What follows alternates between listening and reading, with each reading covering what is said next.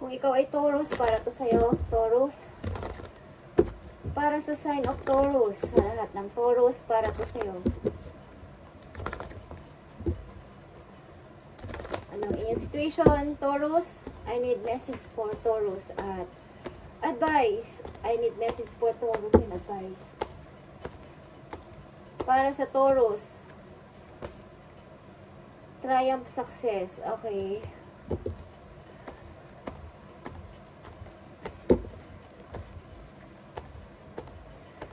Mahirap na situation na napagtagumpayan mo, Taurus. Parang natuto ka na, wala palang tutulong sa akin kundi sarili ko lang. Kailangan kong makasurvive, kailangan kong makaahon dito sa hirap na to. I need message for Taurus. Yeah, discontent and boredom. Sa relation, maaaring ikaw Taurus ay bigo or nagkaroon dito ng boring, discontent, at hindi na kayo magkasundo ng iyong partner. Okay, Taurus. Situation ng mga Taurus. Ace of Swords is here. Okay. Meron kang hinihiling something na kahit one time lang, matupad sana to, Lord. O kahit one time lang, accelerated motion. Kahit isang beses lang, sana matupad to. Wish ko, okay. Ace of Swords. Ano nakapalob dito sa Ace of Swords para sa iyo, Taurus? Five of Cups. Marami kang regret, marami kang pinagsisisihan, but kailangan mo makasurvive dito. Marami kang maaring pinanghihinayangan. Sayang naman. Okay, sayang naman ang situation na to. Bakit natapos? Okay, but kailangan ko tong malusutan, kailangan ko tong matakasan, kailangan ko tong tapusin para sa sarili ko. Taurus, Ace of Swords. Okay, Ace of Wands is here, guys. Okay, kailangan ko mag-start ng bago. Kailangan kong harapin ang reality. Okay, kailangan kong patunayan na kaya kong makasurvive dito. Okay, Taurus, I need pa ng message sa Ace of Swords. Ace of Cups. Okay, meron kang 3 Ace dito, Taurus. Something na yung emotion mo, yung mga gusto mo, yung dinidesire mo, yung maari yung mga decision mo is naliwanagan ka this time o mayroon kang natutunan. But meron ka ring mga regret o mga pagsisisi sa nangyari. But kailangan mo mag-start, kailangan mo makapag-umpisa again. Okay? Kailangan mo makaisip ng mga bagong idea para sa iyong sarili this time. Okay, Taurus, ano nangyari sa relation mo? Bakit meron ditong discontent and boredom? Ano nangyari sa relation na mga Taurus sa kailang pag-ibig? The world is here. Okay, maaring ikaw ay umalis sa situation, umalis sa relation, o may nangyari ditong hiwalayan at maaring may nirelease ka o may tinanggal ka sa iyong buhay na isang person. Maaring clinose mo ng isang cycle. Okay, Taurus. At ano pa nakapalob dito sa discontent and boredom para sa Taurus? Ace of Pentacles. Okay, mag-start ng bagong buhay, lalo na sa trabaho. Okay, actually, meron ka ditong 4 na Ace at buong-buo na to. Okay, i-manifest mo to. Something na may minamanifest ka din sa buhay mo sa ngayon, Taurus, na kailangan mo ng bago sa iyong sarili. Bago lahat. After nitong hiwalayan na to, kailangan mo ng bagong mundo, bagong ikaw. Okay, lalo na sa yung pagkakakitaan is gusto mo ng bago. At Page of Swords. Okay, may mga plano ka. Planong mag-travel. Okay, plano mo mag-iba ng trabaho. Maaring umaangat ka sa money after mong makasurvive dito. Maaring may umalis ka sa iyong place. Okay, aalis ka. Tingnan natin, Taurus, ang message sa'yo. Okay, guys, maaring sa nangyaring hiwalayan, may regret ka man o may pagsisisi ka, is kailangan mo talagang mag-start, kailangan mo mag-try ulit ng bago para sa iyong sarili. Okay, wala akong nakikita ditong pag-ibig na bago, but para ito sa iyong sarili lahat ang nakikita ko dito sa iyo, Taurus, para sa pag-start ng bago sa iyong sarili. Lalo na sa kaperahan. Maaring gusto mo lumago sa money. Lumago pa yung ipon mo. O mag-start ng bagong trabaho. Balak mo din mag-travel. Plano mag-travel. Gusto mo mag-travel. Okay. May mga naiisip kang bagong idea. 3, 4. Message for Taurus. Give God your weakness and He'll give you His strength, power. Okay, Taurus. Maaring yung mga kahinaan mo and yung mga bago ka nakasurvive dito sa situation mo na to is, ibinigay mo kay God ang lahat-lahat at sinabi mo na ikaw nang bahala sa akin, Lord.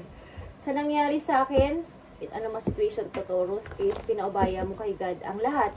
So, nagkaroon ng magandang process ang universe sa'yo. Okay. Pinaubaya mo sa kanya ang pagpaprocess. Taurus, I need pa ng message dito sa future para sa'yo. Tingnan natin.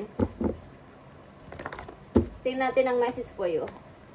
Ano to mga naiisipan mo na mga bago sa buhay mo? Ace of Swords, Ace of Cups, and Ace of Wands. Marami kang naiisipan. Bagamat may mga pagsisisi ka, may mga iba't iba ka ding pinapakinggan na idea mula sa ibang tao, but maybe sarili mo din ang susundin mo sa last. Okay.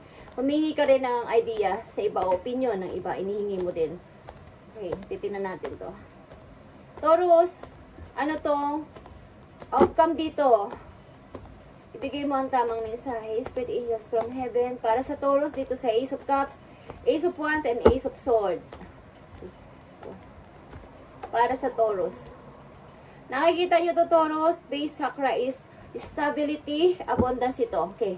Maganda ito para sa yung future. Tama to mga naiisipan mo. Ang sagot dito ay yes. Okay. Isipin mo to at humingi ka talaga ng idea at pagbalabalansihin mo ang idea ng ibang tao, opinion ng ibang tao. At opinion mo din is pagbalabalansihin mo at mangyayari ang dapat mangyari dito. At kaperahan ito, Taurus. Okay. Pag-unlad sa money ito. Okay, dito sa discontent and boredom, okay, mukhang nag-i-start ka ng bago sa iyong buhay talaga after mo makipaghiwalay sa isang relation. At may mga plano ka, plano mong mag-travel, plano mong umiba ng trabaho, plano mong explore ang iyong sarili. Okay, mukhang ikaw ay aalis sa iyong tahanan, sa iyong place, at gagawin mo to.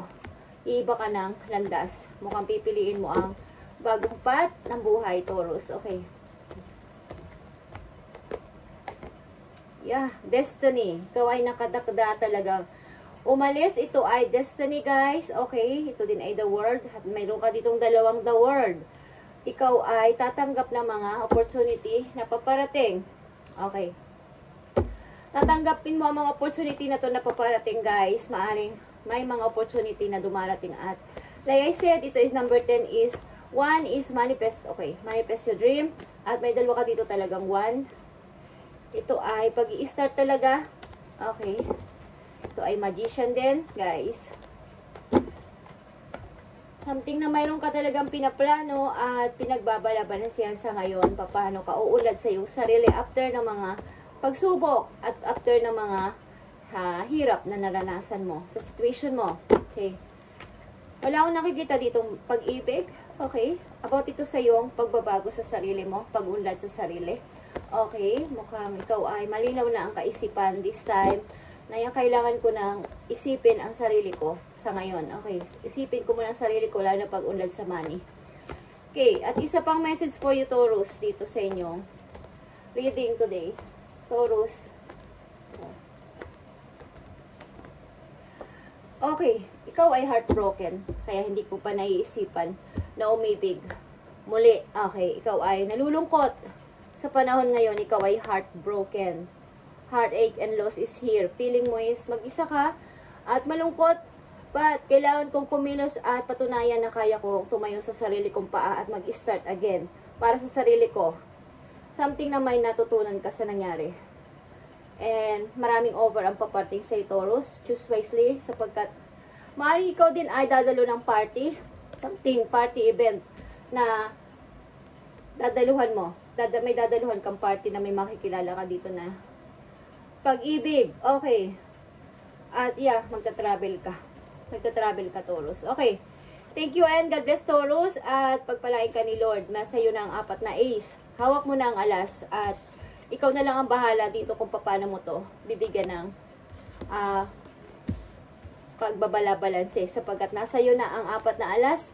Okay? Kaya mo tong gawin. Mukhang ilan sa inyo Taurus is nakapag kumbaga habang naghihiling is nasa process ng paghihiling ay nagpipray na ikaw na ang bahala sa akin God, sa aking weakness at sa aking strength. Bigyan mo ko ng power to survive. Okay, Taurus, thank you and God bless.